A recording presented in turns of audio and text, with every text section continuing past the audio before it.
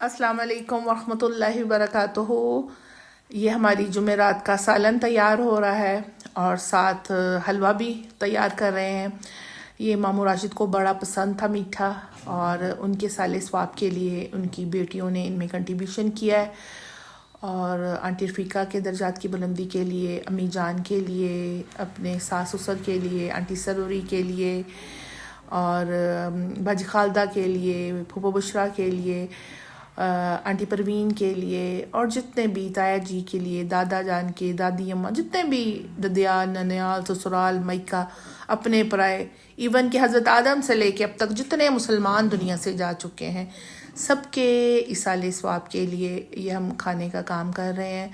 और ये हमारा खाना रेडी हो रहा है, और इसके बाद हम इंशाअल्लाह ताला बच्चों को भी इफ्तारी करवाएंगे, और इसके साथ साथ जो अपने रिश्तेदार हैं, हमसाए हैं, यतीम है, मस्कीन है, सबका रोज़े इफ्तार करवाने के लिए ना उनके घरों में भिजवाएंगे। देखिए सूरत बकरा में आया है कि किन किन लोगों को आप खाना खिलाएं, जिनकी मदद करें ना, तो उनमें ये वाज़ेह बताया गया है कि आप अपने रिश्तेदारों को, अपने हमसायों को, अपने अजीज़ों को, यतीमों को, मस्कीनों को, और यहाँ तक के मुसाफिरों को, तो कुरान को जब हम तर्जमे के साथ पढ़ते हैं ना, तो पता चलता है कि हमने अपनी ज़िंदगी को कैसे गुजारना है।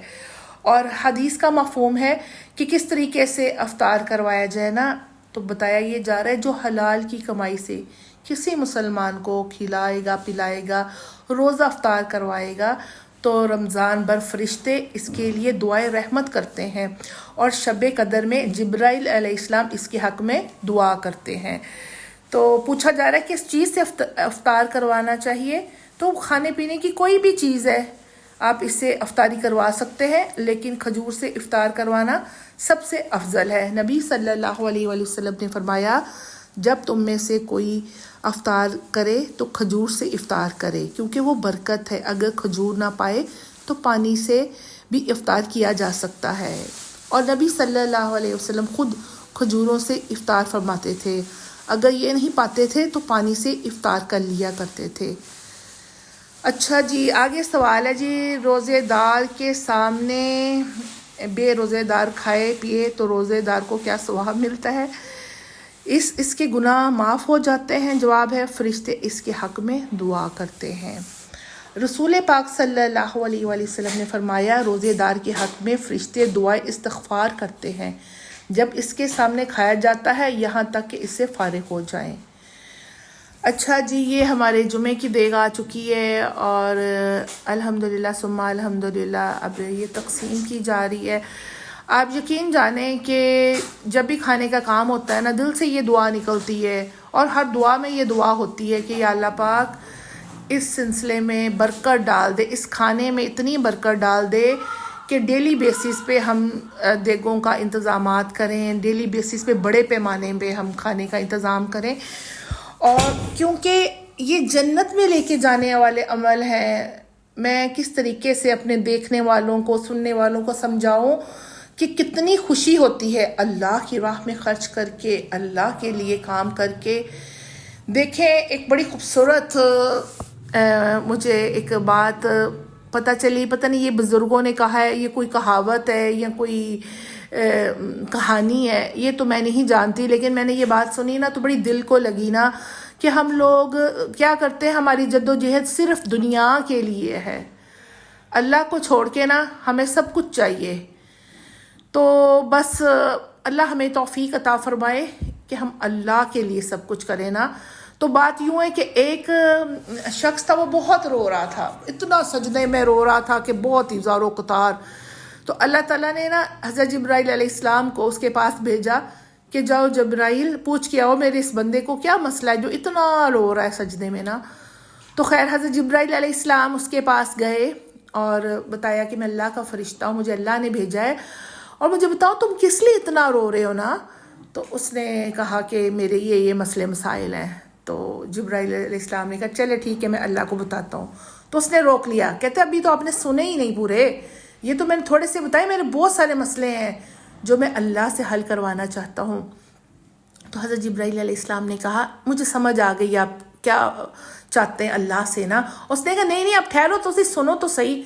تقریباً 3-4 مرتبہ اس نے نا حضرت جبرائیل علیہ السلام کو روکا، اس شخص نے، کہ میری بات تو سنو. تو آخر میں حضرت جبرائیل نے کہا کہ میں اب کہہ رہا ہوں نا، مجھے پتہ چل گیا تمہیں کیا چاہیے. تو اس شخص نے کہا کہ ہاں بتاؤ آپ کو کیا پتہ چلا، میں نے تو ابھی آپ کو پوری بات بھی نہیں بتائی. تو اس نے کہا میں اللہ کو جا کے بتاؤں گا، اس بندے کو سب کچھ کائنات میں چاہیے سوائے اللہ کے. یقین کرے جب میں نے یہ بات سنی نا تو دل ایسے مٹھی میں آ گیا کہ واقعی ہم اپنے گروبان میں جھانک کے دیکھیں نا، ہمیں یہ بھی چاہیے وہ بھی چاہیے، ہمارا یہ ڈیمانڈ ہے، ہمیں گھر چاہیے، گاڑی چاہیے، بینک بیلنس چاہیے، اچھا کھانے کو چاہیے، اچھا پہننے کو چاہیے، لیکن ہمیں اللہ نہیں چاہیے، لیکن ساری ڈیمانڈیں اللہ سے ہیں. تو بس میرے اپنے سننے والوں سے، دیکھنے والوں سے ایک ریکویسٹ ہے کہ خدا را اللہ سے جڑ جائیں. جو اللہ سے جڑ جاتا ہے تو اس کے لیے اللہ ہی کافی ہے. اور جو بس دنیا داری کے پیچھے لگا رہتا ہے، یہ چاہیے وہ چاہیے، سارا کچھ یہی رہ جانا. جب ہم دنیا سے جانا ہے کچھ بھی نہیں لے کے جانا، سب کچھ یہیں چھوڑ کے چلے جانا ہے، خالی ہاتھ جانا ہے اس دنیا سے نا. تو مجھے تو اس چیز کا بڑے اچھے طریقے سے اندازہ ہو چکا ہے. میں اکثر اپنے ولاگز میں، اور یہ میری زندگی کا جو یہ میری سٹرگل ہے، یہ جو میرا مشن ہے، یہ کس لیے ہے؟ یہ اللہ کے لیے ہے. کیونکہ میں سمجھ چکی ہوں کہ ہم نے اس دنیا کو چھوڑ کے چلے جانا ہے، اور جب موقع نہیں ملنا دوبارہ یہاں پہ واپس آنے کا بھی موقع ہے، ہم اللہ کو راضی کر لیں. یہ گنتی کے چند دن ہیں، پوری جدوجہد کریں، پوری کوشش کریں اللہ کو راضی کرنے کی. تو یہ میرے اسٹوڈنٹس ہیں اور جو میرا ساتھ دیتے ہیں، اور یقین کریں دن اتنی تیزی سے گزر رہے ہیں کہ وہ سمجھ ہی نہیں آ رہی کہ دن کہاں پہ چڑھا اور کہاں پہ شام ہو گئی.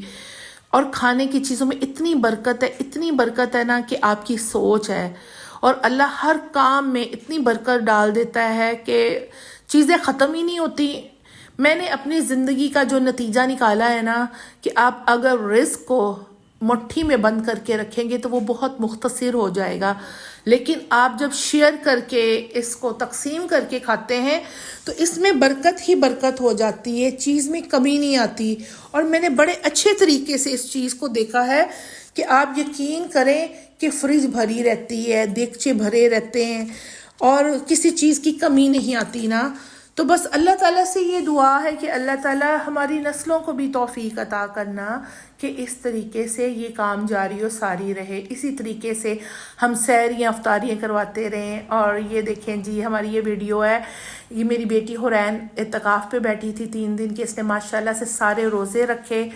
اور میں آپ کو بتا نہیں سکتی کہ اس بچی کو اللہ نے کتنی ہمت دی. میں نے اس کو بڑا سمجھایا، بیٹے ابھی آپ 9 سال کے، نہ آپ پہ روزے فرض ہیں اور اعتکاف بھی نہیں، لیکن اس نے 3 دن کا نفلی اعتکاف کیا، اور اس نے نہیں آئی پیڈ کو چھیڑا، اس نے کوئی دنیاوی باتیں نہیں کی، یہ اپنے کمرے سے باہر نہیں نکلی.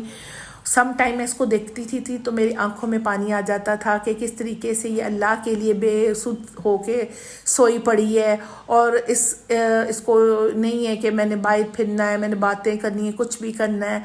تو بس اسی طریقے سے اللہ سے دعا ہے جیسے اللہ نے میری بیٹی کو توفیق دی، یہ اس کی توفیق ہے، یہ بس اس کی ہی توفیق ہے جو اللہ قبول کرتا ہے.